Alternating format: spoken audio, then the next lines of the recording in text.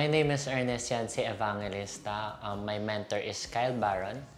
And my spiritual birthday is March 25, 2022. And I've been a Christian for around 5 years. Why? Kasi una kong na-encounter yung Lord ng July 26, 2019. The challenges I faced before attending equipping classes is yung pagiging mahiyain ko. Siyempre dahil bago ako sa church ganyan, nahihiya ganyan, pero eventually it helps me yung classes na to dahil nga yung passion ko na kilalanin yung Lord. At the same time yun nga na madami akong nakilalang tao na it helped me na ma-boost yung confidence ko, and even na nandito na sa Destiny 5. What motivates me to attend Destiny 5 is it talks about leadership. Actually, hindi lang sa sarili mo, but also yung pinagkatiwalan ng Lord sa'yo na nire-raise mo na siya as a leader. And sobrang dami talagang natutunan ko sa Destiny 5, and which excited me the most kung paano mo ibibigay yung passion, yung desire, yung fire sa magiging disciple mo sa future na generation. The most memorable experience in the class is yung nakatakip kami. Tapos, syempre sinasabi, what are you from 5 years from now, 10 years from now, 15 years from now? Syempre ako, confident ako na nakalagay. Syempre, madali lang magsulat ng disciple eh. Ilalagay mo lang bilog, tapos stick, di ba? Syempre, di ba, it talks about leadership eh. Yun yung talagang nakikita ko sa sarili ko na through the years talaga na magsisilbi ako para sa Lord. And magdi-disciple ako para sa Lord. Mag-raise ako ng leader para sa Lord.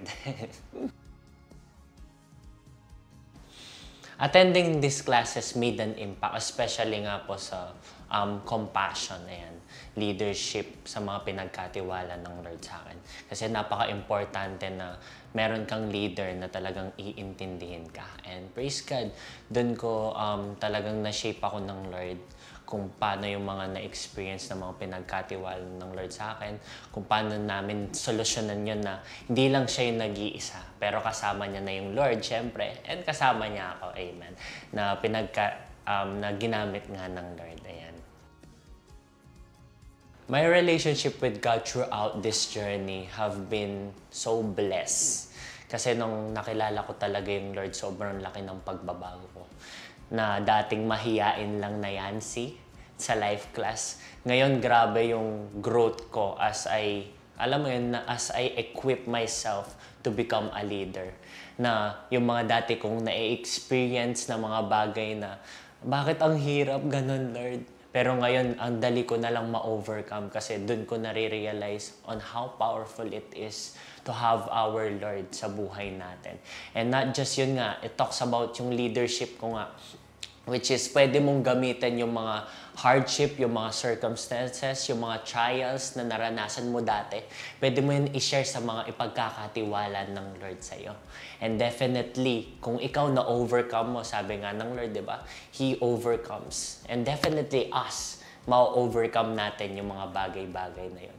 And throughout this journey, may ups and downs man yung life natin, yung journey natin sa Lord. Pero ito yung maganda na laging secure talaga na He will be with us. He will be with us until the end of age. So, let's just share the Word of God, amen? And let's keep on equipping ourselves, amen? So, I encourage you all, kung hindi ka pa nag-life class or Destiny, tara magpa-equip na tayo. Kasi hindi lang ikaw na attending ngayon, but you will become a leader in future generations.